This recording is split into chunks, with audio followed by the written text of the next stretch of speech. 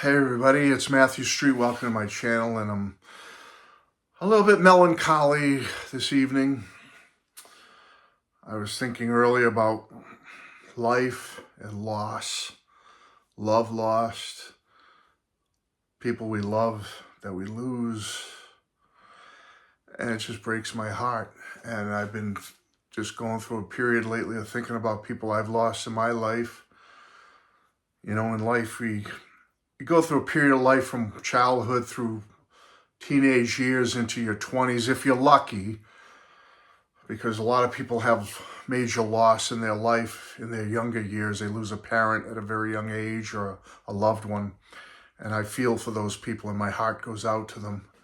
Fortunately, that didn't happen to me, but I went through my childhood, I went through my teenage years into my 20s, and loss of a loved one, someone close to me, didn't happen until my later 20s when I started losing my grandparents. And it seems like once that starts happening, it just keeps going. And it never ends. From the time you start losing those close to you, usually starting with your grandparents, and then aunts and uncles and friends and loved ones, and then your own parents. Lost my dad last year, and it just doesn't stop, and it's sad. It's hard to get over. And I've been thinking about that lately and the loss of my dad, because within the last month or so, we came on the 1-year anniversary, and I've been thinking about him a lot lately. And he always loved cardinals, and I've been seeing a lot of cardinals in my life lately, flying in front of my car, off on the side of the road, in my backyard, and I keep thinking it's my dad coming back to visit with me and let me know that everything's okay. And that helps a little bit, because I do have a strong faith in my life. But thinking about Dad and what he gave to me with the music, and my mom too, but you know, I just lost my dad within the year. He gave me so much when it comes to music.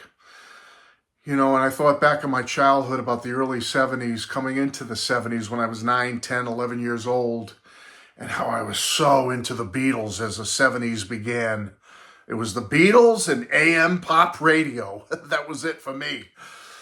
But as, you know, the Monkees, I was into Elvis, the Kinks. But as the 70s came in, I was into Sweet, Bay City Rollers, the Raspberries, Badfinger, stuff like that, along with the Beatles and the solo Beatles. But I also had the music of my parents, my father and my parents, always in the soundtrack of my life. Like I've told you, their music was always there, and it was so diverse. Al Hurt would be on the stereo in the living room. Ray Conniff would be there. Bert Kaempfert, Percy Faith, Jerry Vale, Andy Williams. But my parents were very, very forward-thinking when it came to music, and I had older cousins who influenced them with the music of the day. So even though my parents were in their 30s, my cousins influenced them, and my dad enjoyed stuff like, and my mom too, like Chicago, Sly and the Family Stone. I remember those albums being in the house. My dad even bought Who's Next, one of the first pressings of it he had. The Youngbloods, early Doobie Brothers. I'm not sure when their first earlier albums came out before Michael McDonald, but my dad had some of those early Doobie Brothers. Cat Stevens, Three Dog Night. But there was one that hit me hard more than the others, because it was such beautiful music. And I picture this music when my parents would be, I told you about the house we lived in Providence, Rhode Island when I was a very little kid, when they got me Meet the Beatles and the early Beatles albums. We lived on a second floor apartment in Providence above my grandparents. But when I was turning like 4 years old, we moved into a little raised ranch just over the state line in southeastern Massachusetts, and lived in that house for most of my coming of age up until I got engaged and married. I lived there, albeit with 4 years I was away overseas in the service in the Air Force. And many times, though, I remember in my youth, my childhood, that at the end of the day, when my dad was done at work and we were settling down, you know, finishing up homework, getting ready for bed, me and my two little brothers, and Mom and Dad would be sitting in our little living room, and I'll show a picture of my childhood house, and you'll see on the right side a bay window on the right side of the raised ranch, and behind that bay window was the living room where the fireplace was. That's where all the comfort couch was, and the chairs, and the little stereo with the two speakers up on the wall. They had it wasn't a hi-fi then. He had gotten rid of the hi-fi, and we got a stereo finally. And many times they would sit there in that room, relaxing, having an adult beverage or a drink together, talking about the day in that little living room, quiet moments, and they'd be listening to music. So much music. But one of the ones I remember specifically, like tipping my head around the corner and seeing them sitting there relaxing together, holding hands and enjoying the music, would be the band Bread.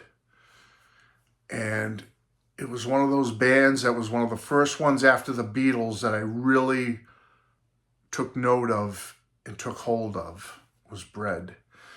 Now, my dad had several of the albums. I know he had On the Waters, he had Mana, he had the one after Mana, Baby I'ma Watch You, I believe, and he had Guitar Man. And I still remember those albums, and I still have the one that made the biggest impact on me, which was Mana. This is my dad and Mom's copy of Mana from 1971, I believe, when I was 9, turning 10. I know this album and all those songs by heart, folks. I love all the albums, all the ones my dad had. I think I have his Guitar Man album still, too. I still have my dad's Guitar Man album. But I know the songs by heart because they played it so much. And to this day, I started thinking about Bread and what they're up to, and I started listening to them a lot again, and I realized and took note and appreciated the beauty of their music and the great songwriting. Now, as you know, Bread was David Gates, James Griffin, Mike Botts, and in the beginning, Rob Royer, who was replaced by Larry Nechtel, I believe is the way you pronounce it. Nechtel. They put out 6 albums total. They had Bread, self-titled, 1969. Great album, by the way. My dad, I don't think, had that one. On the Waters from 1970. Mana from 1971. Baby I'ma Watch You. Great album from 1972. Guitar Man from 1972. And then they took a 5-year break. They broke up for 5 years, did solo stuff. But they came back together in 1976. And in 1977, they released their final album together, studio album, Lost Without Your Love. Fabulous album. Definitely worthy of being part of their canon. All of them went gold smash albums. After Guitar Man, though, when they broke up the first time, they did put out a greatest hits called Best of Bread in 1973. It went multi-platinum. Sold so well. I mean, this band, folks, they don't get enough credit. They should be in the Rock and Roll Hall of Fame, and they're not. They had like a dozen top 40 smash hits, top 10. I think Make It With You was number 1. I mean, smash hits. But, you know, like I said, that first run from 69 to 73, they got burned out, touring, recording, band personality issues, fatigue, whatever. They broke up after the Guitar Man album, after the tour and everything in 73, did their solo stuff. But as I said, they did reunite in 76, did that one more album, toured in 77, then they broke up again, went solo again. But they gotta give them credit. In 1996, who remembers this? I wish it had been advertised more. I wish the internet was bigger then. In 1996 till 1997, they did a final reunion tour of the world, 96 to 97. There's not a lot about, there was never any recordings released of it. There's not a lot of video out there of it. But if you search, you can find some stuff about that last final reunion tour. And then they went solo again, folks. Now, they all did different things after the band broke up completely or were doing different things. Rob Royer left the band after the first couple of albums. He's still out there today, Rob Roya. He's 82 years old. He still does some studio work, does some musician stuff with in Nashville area, I believe. Unfortunately, Larry Nechtel, I believe, I'm not pronouncing it right, I'm sure. He passed away in 2009 at the age of 69 from a heart attack. He was also with the Wrecking Crew before he joined Bread. Very talented musician, songwriter. Mike Botts, the drummer of Bread. Oh my goodness. There was a couple of years there in the mid to late 90s I was emailing Mike. Believe it or not, when the internet and AOL and Prodigy, remember all that was a new thing. I was emailing Mike Botts for a little while. He was a very nice guy and did some interchange with me for a while. But he passed away in 2005 at the age of 61 from colon cancer, unfortunately. Again, they were all part of the 96-97 reunion. James Griffin, great songwriter, great singer, died in 05 as well at the age of 61 from cancer. And David Gates, God bless him, he's still with us. He's 84 years old now, David. For many years, he owned a big multi-acre ranch with cows and horses on it, had a big farm, did that for many years, but I believe now he's totally sold off the farm. And him and his wife, Jorita, who he's been with since 1958. I believe they were married in 1959.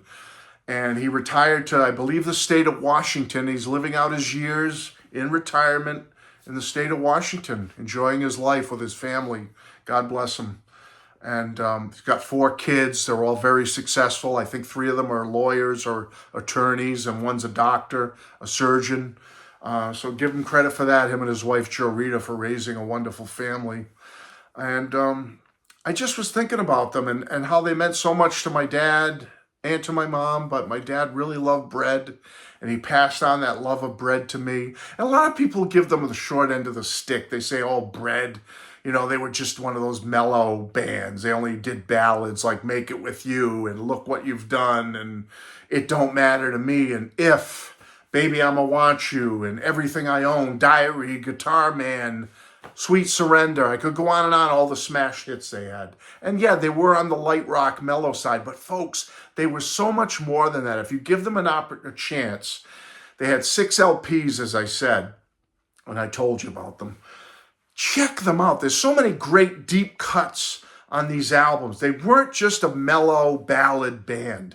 They had rock and pop on every one of their albums. They had rockin' songs like Let Your Love Go, Truckin', Down on My Knees, great rocker. Mother Freedom rocks. The Last Time, Too Much Love, Be Kind to Me is a cool little funky rocker. Welcome to the Music. There's another little cool one called Tecolate. I forget how to pronounce it. Great little groovy song. I just was thinking about them lately, folks, and I just had to do a video and talk to you about Bread. I have all the CDs. I have this wonderful retrospective I recommend to you. It's a 2 CD set, retrospective Bread. You could check this out if you want. Look at all the great, you're getting all the great stuff and more, the deep cuts on here. Absolutely fabulous. There's a great little box set out there you can get for short money. You can get all 6 of their studio LPs in a little box for like 25, 30 bucks. Check it out. It's on Amazon, I believe. So folks, I was thinking about Dad lately, losing him last year, and Mom too, lost her several years ago, and the people in my life I've lost lately. And when you think about a song like The Beatles, In My Life, and how wonderful that song is, how beautiful that Beatles track is about loss and the people you loved in your life that are no longer here, friends and family and loved ones. And then I think about a band like Bread who wrote Everything I Own, which David Gates himself said was about the loss of his father and what that meant to him to have his father in his life and how he wishes he could have him back in his life. And losing my dad last year just got me thinking and melancholy. And I'm sorry, folks. I just, just thinking about losing Dad and losing the friends I've lost and other family I've lost in my life. And it just never seems to end. We're at that stage in our life, at our age, or at least my age now, where you're losing people in your life. You know, every year or so, a couple of years, someone you know passes, and it's heartbreaking. And you just have their spirit and their love to hold on to, and you just go take that step forward and say, no matter what, I've got to pay tribute to them and to their legacy by how I live my life and how I portray myself to the world, and live with honor and dignity and honor their legacy. I think we all try to do that for our loved ones, right? So anyway, folks, I'm sorry. I hope I'm not a downer to you or anything like that. I just wanted to make this video for you and sing the praises of the band Bread and say, you want to feel good tonight, you want to feel good today, put on something by this band. And I'm telling you, you won't go wrong, folks. And please, let me know what you think of this band. Have you given them a chance, or do you just write them off? Don't do that. Give them a chance. Love you all, everybody. Bye-bye.